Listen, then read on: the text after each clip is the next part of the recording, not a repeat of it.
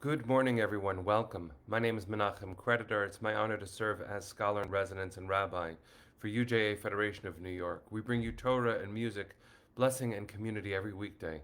We've been doing so since March 18th, 2020. Today it is Tuesday, January 7th, 2025. Almost at 24. It is good to see all of you. I hope that you and yours are safe and well. It is broadcast 1213. Thank you, Penny. It is day 459 of war. We come to you to raise you up, to raise each other up. I have a beautiful background behind me I'm glad to share with all of you. You would guess from the beautiful sunshine that I am in windy Chicago, but I am. I'm here teaching at the I Center, which is a group of Israel education graduate students. So it is a beautiful thing that we get to do together. It's good to see all of you, Susie and Michelle, Penny and Virginia, Jeffrey, Ron, Anya and Marilyn, good morning. Siona and Lisa, Debbie and Peter, Boker Tov. Kim, good to see you too. Let's take a second to say good morning to each other as we have for more than 4.5 years every weekday morning, to enjoy each other and to get ready for a good day, to share the light, which is one of the reasons I made sure to orient to this gorgeous sunrise here in Chicago. Amy and Sunday, Stanley, Lydia, Helen, Boker Tov, Bensi, good to see you. Hi, Janice. All right, let's take a breath, sing a blessing, learn some Torah. Yai lai lai lai lai, didi yai lai lai lai, didi yai lai lai lai lai, ay ay la lai lai, Baruch Atah Adonai Eloheinu melech haolam asher kiddushanu b'mitzvotav v'tzivanu la'asok b'divrei Torah la'asok b'divrei Torah Hafoch ba v'hafoch ba la'asok b'divrei Torah. Today I lie, lie, lie, lie. Today I lie, lie, lie. Today I lie, lie, lie, lie. I lie, lie, lie. Good morning, everyone. Really, it's good to see you. It's broadcast 1213. It is day 459 since October 7th. We carry each other forward through time as, when we read in this Torah portion, our family has always done. Parshat Vayechi, the very final Torah portion in the book of Genesis, brings us to the close of the story where we understand ourselves primarily as family. And with the beginning of Exodus next week with Shemot, we'll begin to think of ourselves in national terms. That big shift between family and nation happens in a number of ways. One of them is a pivotal change. We go from Canaan, where we ached to be home. We leave Canaan only under duress, famine. And then the brothers, eventually Jacob, the entire family move to Egypt, where Joseph is second in charge, saving the world by dream interpretation and very complicated national planning. And in this Torah portion, we see the death of Jacob. It is such an intense moment.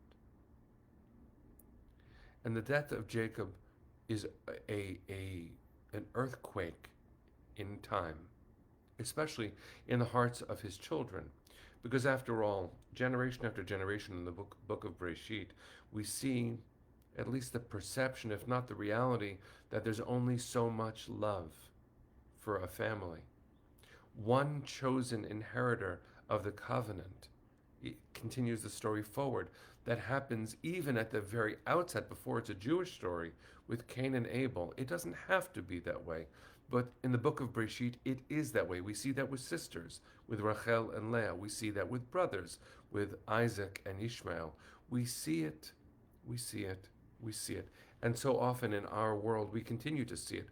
Often this happens at the end of an ancestor's life, when the estate is declared, there's often real bitterness about money or inheritance or precious items, furniture. But it all comes down to the question of, is there enough love for all of our children? And before we look at a detail of this parsha, let's just affirm, of course there is. Love is a sustainable resource. It overflows. With the birth of my children, I found my heart expand its capacity for love.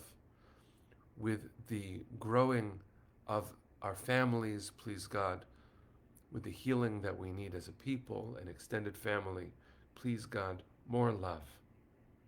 Well, when Jacob dies, his sons are unsure of what comes next, because after all, Joseph was gracious to them when they appeared before him after, of course, testing them with some cruelty to see if they had changed at all from their own cruelty. It seems like in this moment it could go either way. Will this be a continuation of the rest of the book of Breshit, with generational trauma transmitted, continued, generational dysfunction exhibited and inherited? What will happen next?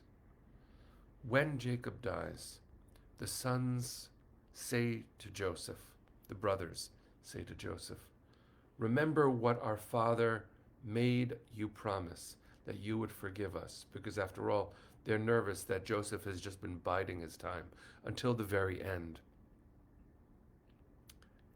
And Joseph says, no, this moment matters so much.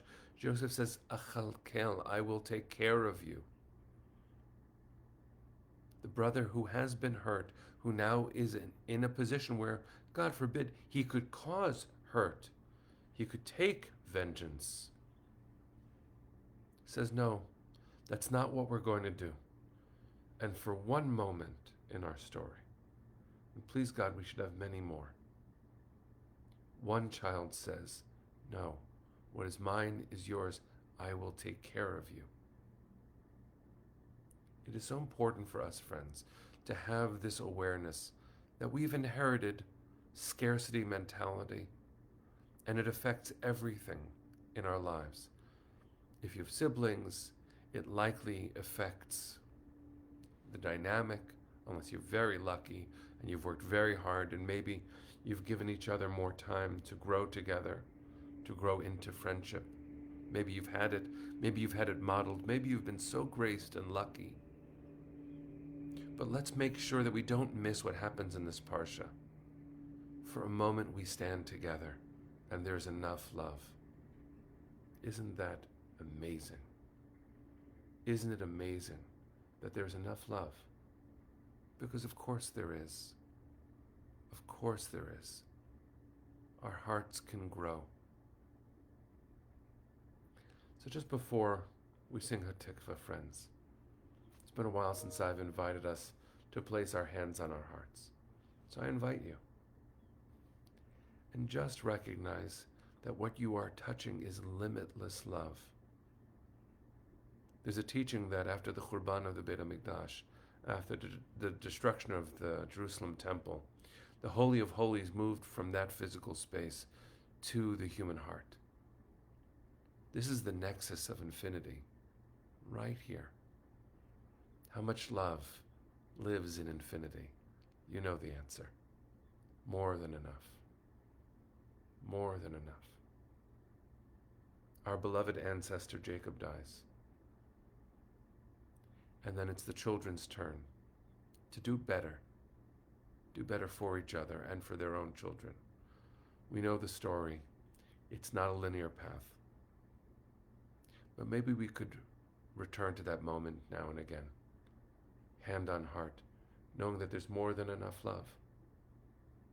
When we sing with our hearts facing east, whether we're in Chicago like I am right now, or Frankfurt where Peter is, or Cherry Hill where Minna is sending you comfort, our hearts can grow.